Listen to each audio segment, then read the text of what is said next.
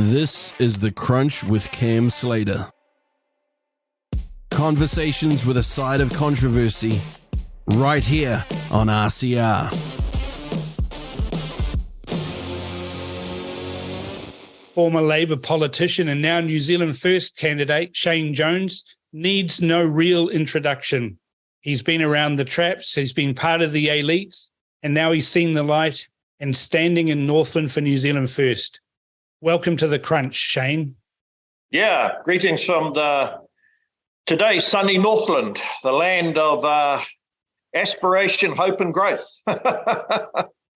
Yeah, the electorate race in Northland this year is real interesting. There's a lot hanging on it for a number of parties, New Zealand First being one of those. Do you think you're taking a risk of splitting the vote here and letting Willow Jean Prime carry on as the MP? Well, I think we need to bear in mind, since 1996, the average vote that the Labour candidate in Northland has attracted is about 8,000. The outlier result was the last election when Willow Jean secured 17,000 votes against the 16-odd thousand from Matt King. And I've got no doubt in my mind that this election, the Labour percentage of the vote will drop back to about 7,000 to 8,000, which is the usual norm. Matt King, he's standing, obviously.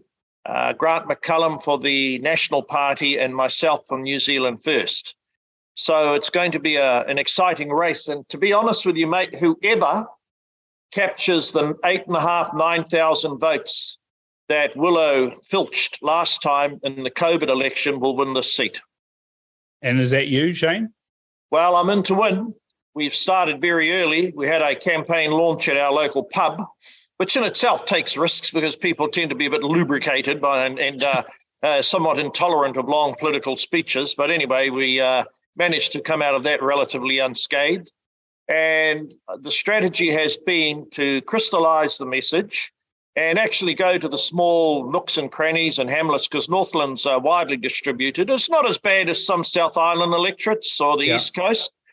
But look, it takes a good 3 hours on our roads up here to go to the southern end of the electorate from the northern part. I've been well received. I think it's fair to say last time round people didn't show me the love. You can always say, Cam, that we could have tried harder in that COVID election. But look, Winston said to me, Shane, that's in the past. I won the seat with 15,500 votes. Now get out there and recover what I had. So what are you focusing on then? What's the Jones boy saying to the electorate are the critical things that need to be done in Northland, and it's critical that they elect you to make sure that those things happen? What do you see as those key issues for Northland? Well, like all politicians, let's start with the personality that people perceive. Number one, my byline is action, not talk. We're running on with pride on our record for having delivered for Northland over the 3-year period. And, it's a substantial amount of capital that was injected into Northland, and most of it went on infrastructure. Because I'm 63 years old, 57 years of my life, we've had national MPs up here. We've got the worst roads, we've got the crappiest services, and we've got some of the most intransigent types of social problems. So number one, running on the record. Number two, I'll lead with my chin against the feral spread of criminality in the north, driven by not only drugs, but a complete spread of dysfunctionalism where people's demands that their entitlements be respected is inversely related to their willingness to uphold responsibilities, duties, and obligations. So I've been really strong in that regard. And more importantly, saying that no one's going to save us, Cam. We've got to save ourselves. Yeah. And this notion that we can regulate our way into wealth and growth in the north, which is what we're currently ensnarled with, is going to destroy the north. So I repeat again, someone who delivered against all odds. I think my record is beyond anyone else that served in the Jacinda Winston government as a minister, because I genuinely got things done. And secondly, I'm not going to take a backward step.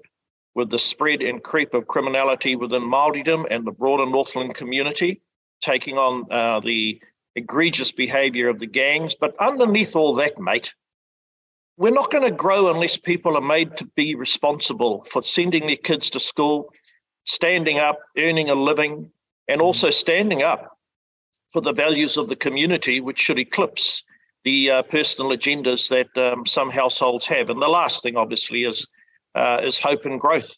And we're only going to have growth when we've got a bunch of rules and regulations and capital that unleashes the North. For example, the 3 huge water dams that I funded, that has opened up the land for lots of investment and new potential. Well, I noticed that that the government tried to claim credit for that dam and the funding for one of those dams when they opened the details on that. Willow Jean Prime was forefront saying that we've delivered this, but it was actually Provincial Growth Fund funding that delivered that, and that's directly a result of New Zealand First. Some would say it was the Shane. Absolutely right. Yeah, some would say it was the Shane Jones re-election fund, but those people generally vote blue. Yeah. Well, they've got to look. Voters have a choice this time.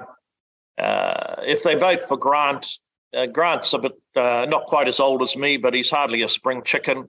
He'll never be a minister. Grant McCullum, the national candidate, will never, ever be a minister. He may, a little bit like Shane Ardern from Taranaki, rise to be the chairman of a select committee.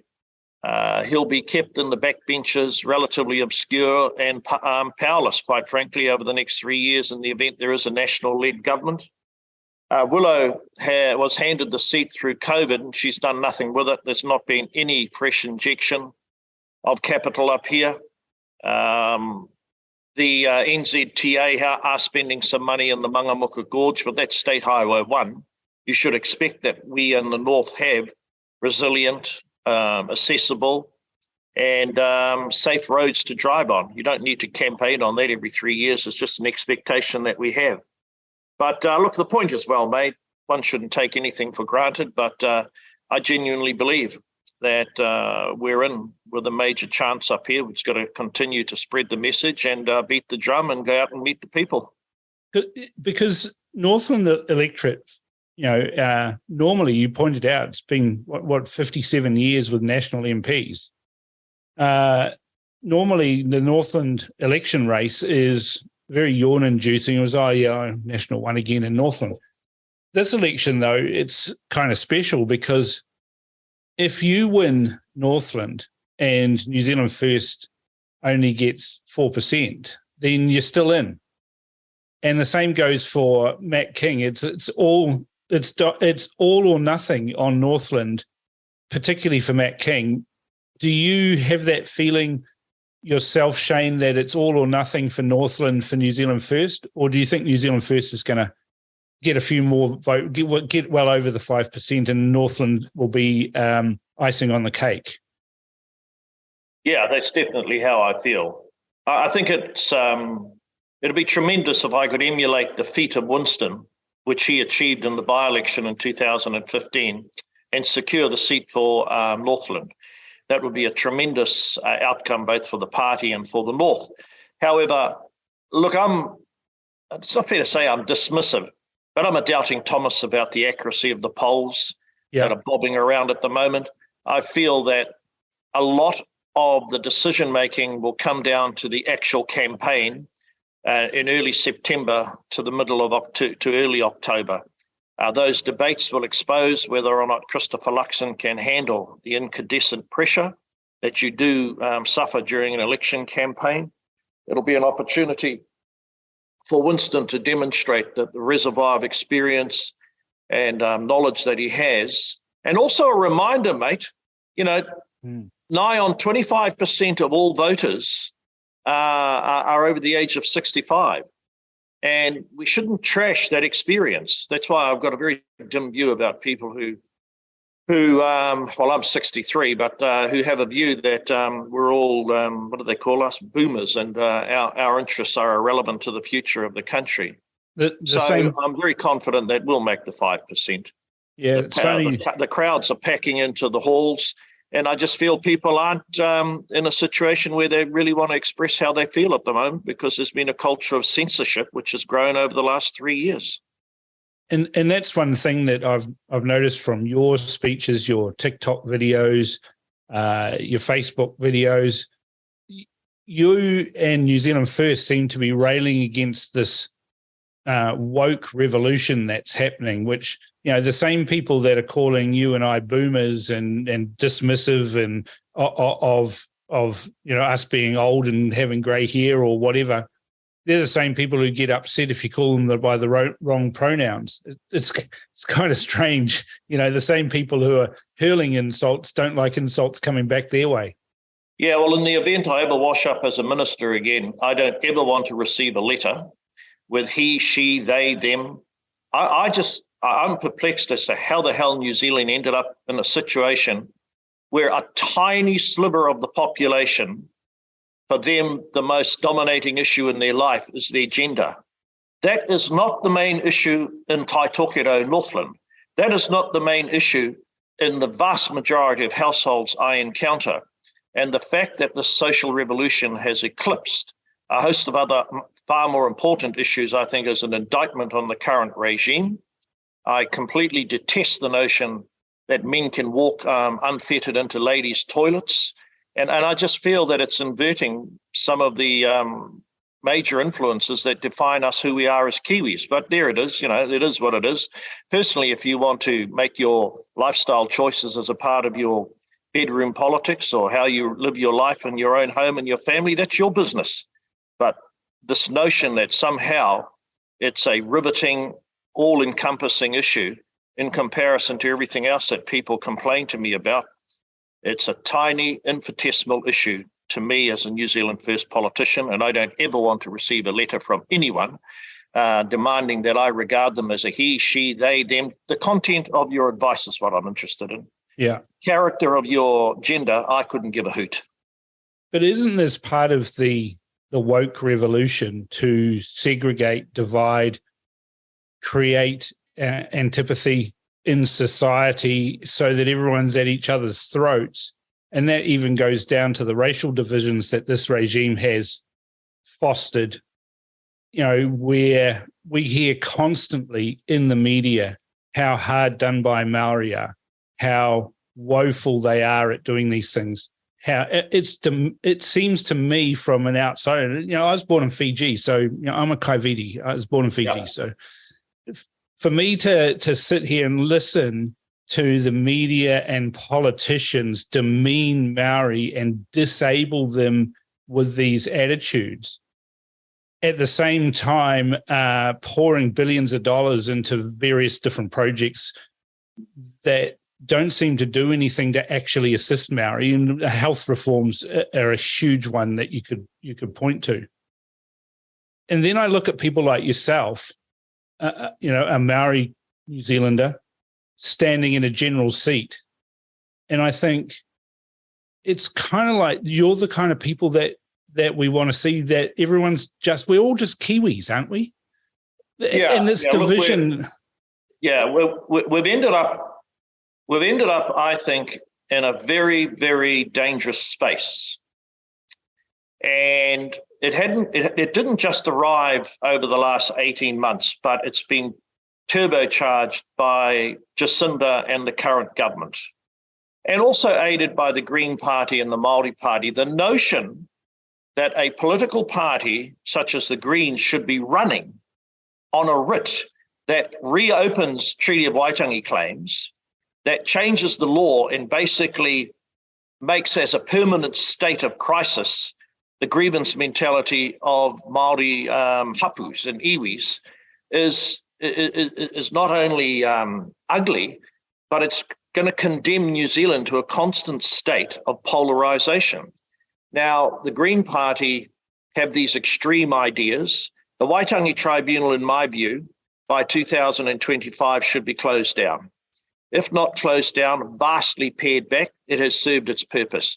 The Waitangi Tribunal has no business determining matters of a constitutional character, including whether or not sovereignty has been ceded, whether or not self-government at an iwi level should be tolerated.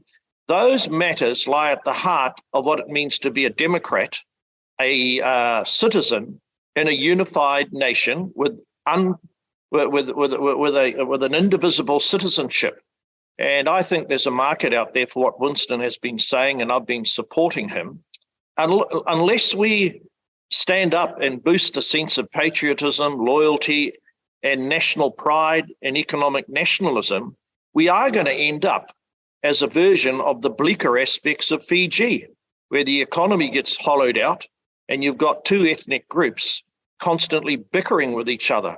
That's not the New Zealand that I grew up in. My dad was one of 17 children. My grandmother was born in 1892. She was the first blend of the Dali Maori of the North. And she's the one who gave me my language and a lot of my knowledge about Māori history. We grew up next to the marae. I got sent to St. Stephen's School. And the creed and the poisonous boilerplate ideas that are being spread, such as co-governance and the other reckless things that the Greens and the Māori Party are throwing around, mate, it's going to alienate more and more Kiwis. Why are, of the Māoris, of the population that give us their identity Māori in a trans-Tasman sense, 1 in 5 live in Australia. Now, Australia is hardly a social laboratory of ethnic liberalism when it gets to their tangata whenua, but Māori themselves are voting with their feet. They want security, they want economic opportunity, they want quality services, and they want effective outcomes. But because the majority of Māori don't have a debate any longer, it's commandeered by a tiny elite who derive considerable power and influence by maintaining this perpetual level of grievance mentality and polarization politics. And that's why Winston and I are sorely needed in the regime after the next election. You were part of that Maori elite for a time, though, weren't you, Shane? When you were doing your fisheries work and those sorts of things, it could be said, it could be argued that you were part of that Maori elite back then. Have you seen the light at where this division, this segregation, this polarization is heading us towards? And that's why you are actually standing in a general seat, why you're saying the things that you've just said to me, which are very important things? I believe that when Jim Bolger initiated the settlement of the Māori fisheries claims, it was purely and totally of an economic character.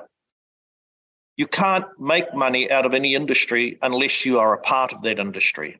Yeah. Now, once the treaty was imported or moved from those matters of economic importance into social policy, the division of Crown taxpayer funding, and that happened under Tariana Turia, and she agitated for it before she left Labour and set up the Māori Party.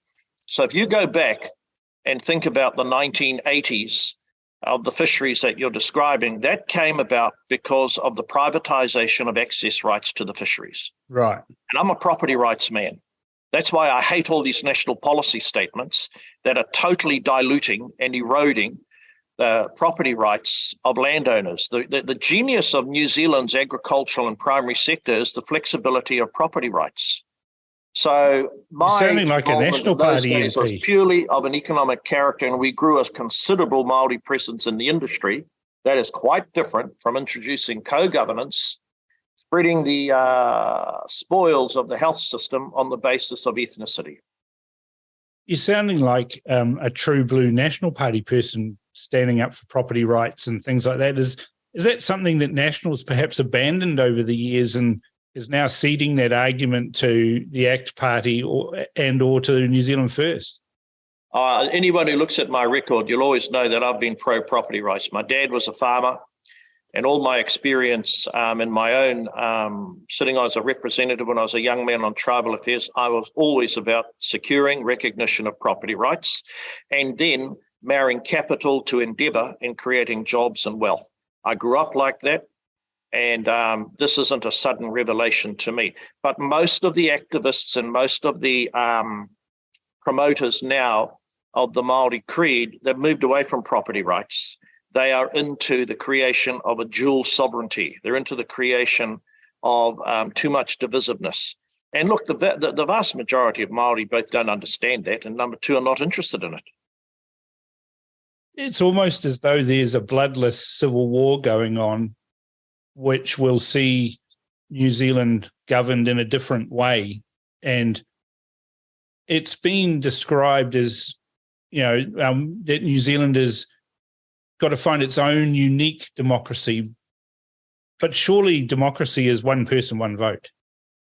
And anything that prefers a preference in anything, access to health, could be even something as minuscule as cheaper car parking at the hospital, that is decided purely on the basis of race, is going to head us down a pathway towards everywhere else in the world that's done this has ended in violence.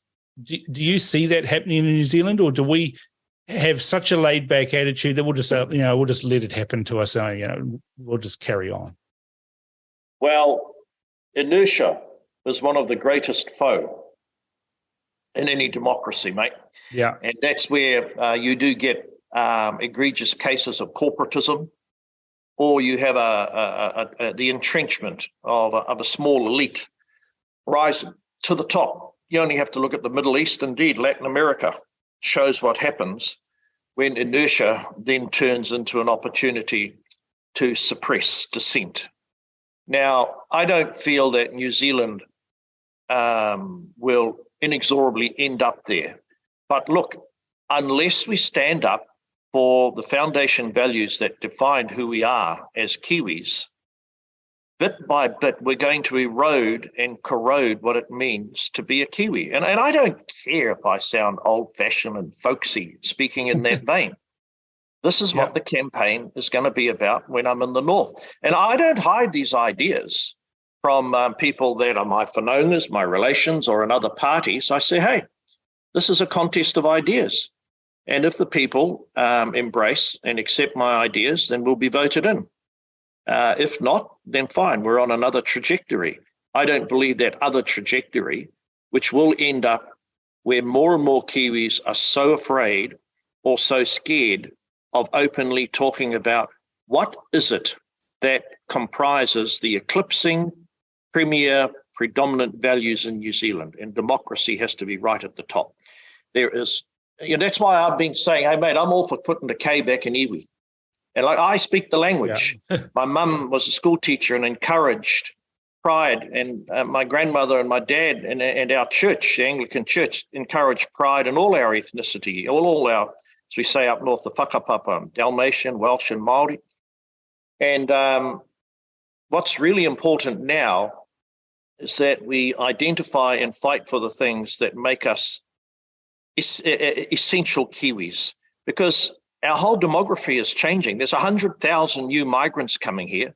The Indian leaders themselves have told me many of these migrants are ill-suited for life in New Zealand. Mm. They are not capable of maintaining a level of economic livelihood, and they're washing up looking for assistance. And that's because every time we open up and act in an unfettered, indiscriminate way and open up the channels of immigration, we increase our population, we worsen our prospects and infrastructure. Those are the big issues that we need to address, i.e. maintaining solidarity as our population changes, not continually rehashing what happened 180 years ago. Well, looking forward instead of looking backwards. Yeah, well, the prow of the waka's in the front. The stern is where I'm sure they nipped over the back and had a pee. I'm not interested in that end of the waka. Yeah, true. And that's the thing, though, isn't it? New Zealand is a multicultural society, but we've seen from this government, particularly after 2020, after the 2020 election, a helter-skelter approach to locking in New Zealand as a bicultural nation and ignoring the multicultural aspects. And like you've got the Dalmatian aspect in your heritage. I've got Scottish. Winston's got Scottish. Aren't we all just people that have all come here on a ship or a plane anyway, including Maori? I mean, the oral history of Maori says you all got here by boat. So aren't we all colonizers? Yeah, I think where we've got to go on this question is we've got to emphasize and elevate a narrative that talks about our overarching pride in who we are in relation to where we live. We're an isolated nation of 5 million odd people in a very distant location in the South Pacific. There is no one other than a colony of penguins to our south. Yeah. And when you conceive the big earth-shaking movements that are taking place between OECD countries, between America and China, the recalibration of who's going to enjoy ascendancy in Southeast Asia.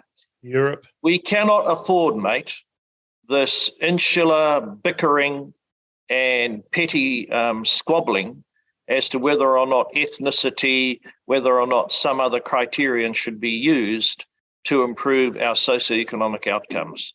I feel that in the North area, we've ended up with far too much Wellington-based regulation, which introduces an unhealthy level of activism in relation to the Māori involvement, for example, in environmental management. There's a new policy statement called the National Policy Statement on Biodiversity. Now, your listeners yourself probably don't even know about it. No one's hardly ever read it. But in that national policy statement created under the RMA to manage Indigenous biodiversity, it has to happen in partnership with the local tangata whenua. Well, who mandated that? Who campaighed on that? Well, Who endorsed that from the electorate? Now it's the law. And that's one law I hope to enjoy the pleasure of incinerating early in 2024.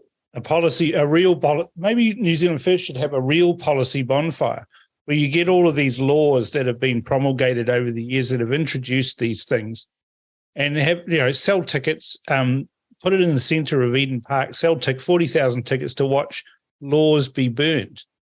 There's some merit in that. Well, sadly, these two national policy statements, and they are obscure instruments of law under the RMA, have created a platform for ongoing drama between landowners, local tangata whenua, even Māori landowners.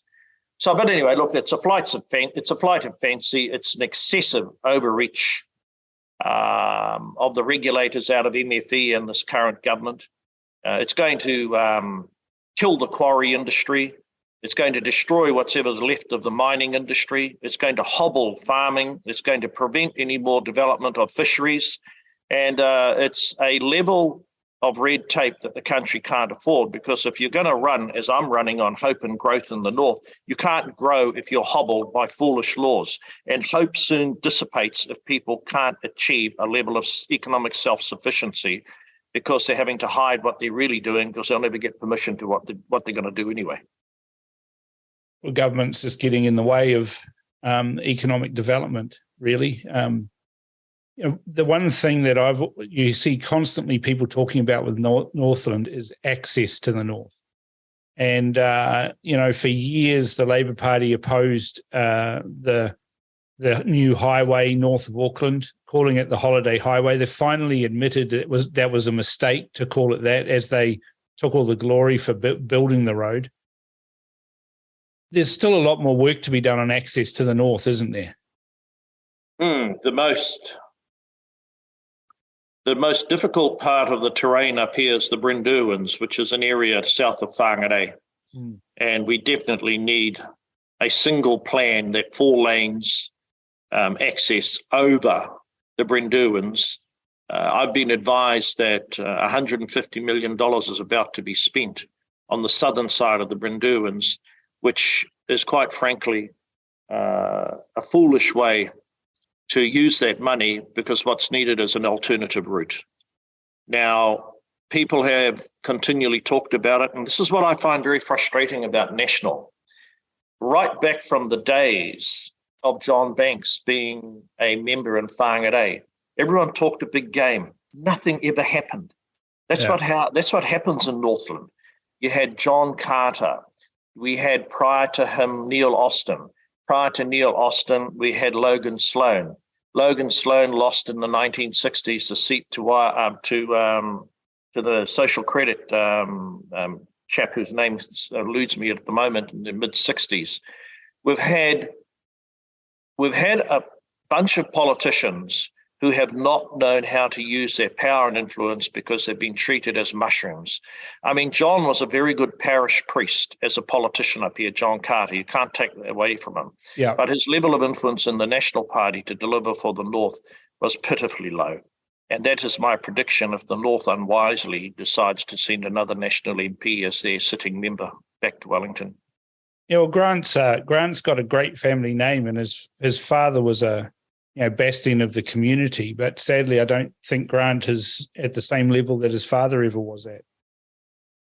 Yeah, his dad obviously was a key feature of the National Party up here, and they're a well-known farming family in the southern end of the electorate. Yeah. But there's just no way Grant is going to be able to match the level of influence and outcomes that Winston and I created for the North in 3 years. And now the projects are up and running. The Matawai water dam in Kaikohe means Kaikohe will never run out of water again. A massive dam being constructed as we speak to the south of Dargaville that will completely transform and unleash the capacity of those elite soils. Roundabouts, roads that have been sealed, a revamped airport in Kerikeri. These are the accoutrements that are absolutely necessary if you're going to sustain the OECD first world status of New Zealand, certainly in Northland. You need to have modern infrastructure, and these projects are intergenerational infrastructure projects rather than painting a few marae and some of the stupid spending that was done with the COVID fund. Imagine if we had spent, even a fraction of the COVID, what was it, $150 billion or something that they've borrowed. Imagine if they'd spent that on infrastructure style projects and things like that, not only in the North, but in the East Cape and other rural communities that are isolated by the tyranny of lack of investment in infrastructure over centuries. But, I've also got to blame people on the ground. Like we allocated $50 to $60 million to create a barging facility near Hicks Bay on the East Coast because we had been advised that the roads will never, ever attract enough capital to be maintained to the level at which will be required as forestry grows and other industries are attracted to the area. And then we had a small group of cultural muppets from some hapu up there. I mean, what do they want to do? Eat fern root for the rest of their lives? And they said, this will damage the kaimoana. Think about the people. Think about the infrastructure. And I'm sick of seeing New Zealand run and held ransom to. I'm told there's a small bunch of sort of snail-like characters in one of our hapus, Ngāti Hine, in the middle of Bay of Islands, who are protesting against the extension of Kiwi Rail. We in New Zealand have created a regime where tiny minorities are able to hold to ransom vast areas of regional New Zealand. It is wrong morally, it is certainly wrong economically, and sadly it's been enabled legally.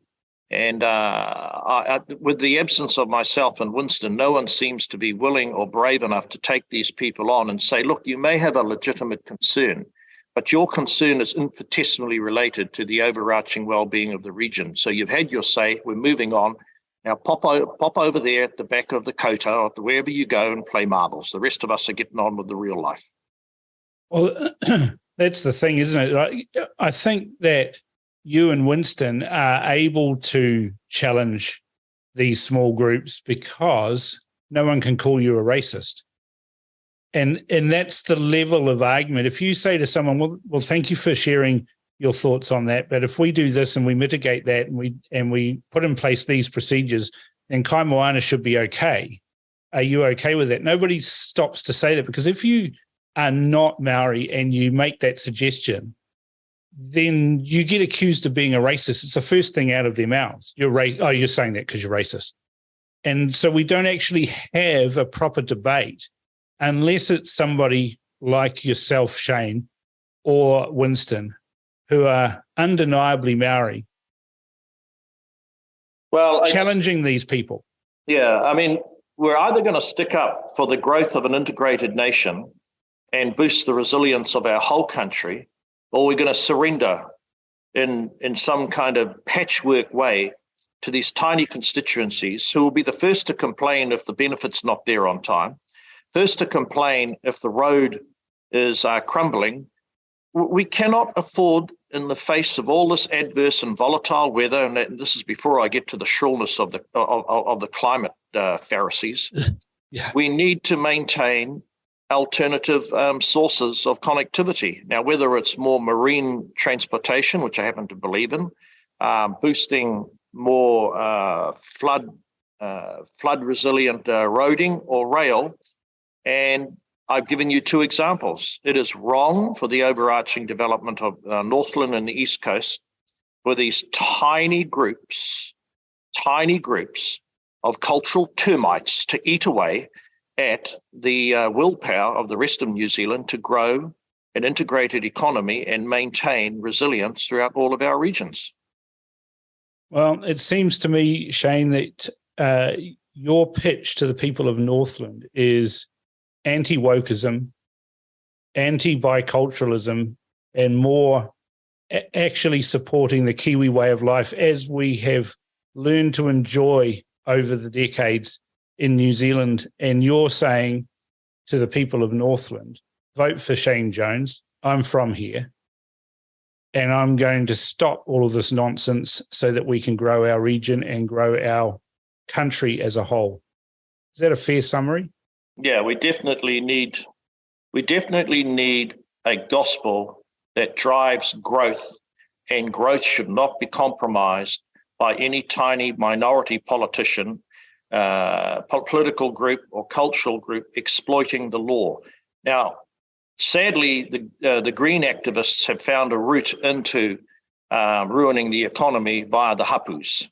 And one only needs to look at the unholy alliance between some of these green anti-capitalist nihilists and what they're doing with deluding our hapus. Now, sadly, their writ has grown considerably. Their influence is inversely related to their size and their contribution to anything positive in the economy. And those types of things, I think, are a kind of incandescent expression of wokeism. Look, it's important that every community, Maori community, find pride and meaning in what they consider to be valuable. But that is not a license to use culture or the treaty to frustrate and undermine the overarching development of the country. Simple. The overarching development of the country is mandated, derives its moral authority from democracy. Then democracy delivers politicians through Parliament that use the highest court in the land to chart a course forward to, number one, deliver on hope and actually give effect to growth ambitions. And those growth ambitions can happen in Maoridom, they can happen in any community, what you like. But we are not going to tolerate, I'm certainly not in the North, a situation where a tiny group can exploit culture or misuse the treaty to hold the rest of us to ransom. Those days, if you vote for me, buddy, are over. Well, that's probably going to attract quite a lot of votes, that message, Shane. And I wish you all the best for the election campaign. Now, I have a little surprise for you. We've commissioned a poll in Northland, which we'll have the results next week. So I hope to touch base with you again next week and share the results of that poll in the Northland electorate. And we'll see whether Shane Jones is leading or Matt King's leading or Grant McCullum's leading or Willow Jean Prime's leading. But we'll have a poll that'll be a stake in the ground for the next 3 months of the election campaign that you'll be able to gauge to see how your progress is going or the progress of other candidates. Now, Winston's warned me to be very, very, to be a doubting Thomas about polls. So yours will have to reek of integrity. I wouldn't expect anything else. There's no way it's going to be a dodgy poll, that's for sure. I'm not one of those people. I've made a lifetime of observing politics, and I've made a living out of being involved in politics. the last thing I want to do is hang my name and our organisation's hat on a dodgy poll. Okay, mate. Good to talk to you. Good talking to you, Shane. Thank you very much. Bye. Bye. I always find chatting with Shane Jones fascinating and interesting. He has some good insights there into the challenges for revitalising the North.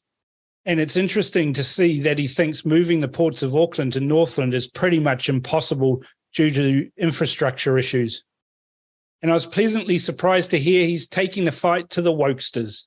You got to love those zingers, though. Only Shane Jones can deliver those. This is The Crunch with Cam Slater. Conversations with a side of controversy, right here on RCR.